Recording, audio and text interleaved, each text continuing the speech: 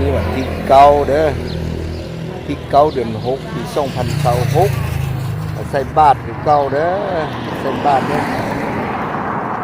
ใส่บาทนำหมู่น้ำกันมาใส่บาทเด้อใส่บาทเด้ออาจารย์มาเป็นนักฮอดเพื่อครูบายังกำลังมาเนาะอันนี้อยู่นักกหลวงเมืองจันทร์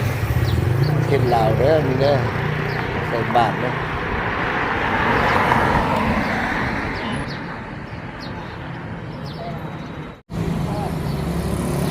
หน่อยวันที่จั่วรู้เราหินดูช่องอัภาหนึ่งก็เรานะก็ใส่บาทเนอะนี่ก็ใส่บาทเนอะอ่ะใส่บาทเนอะใส่บาท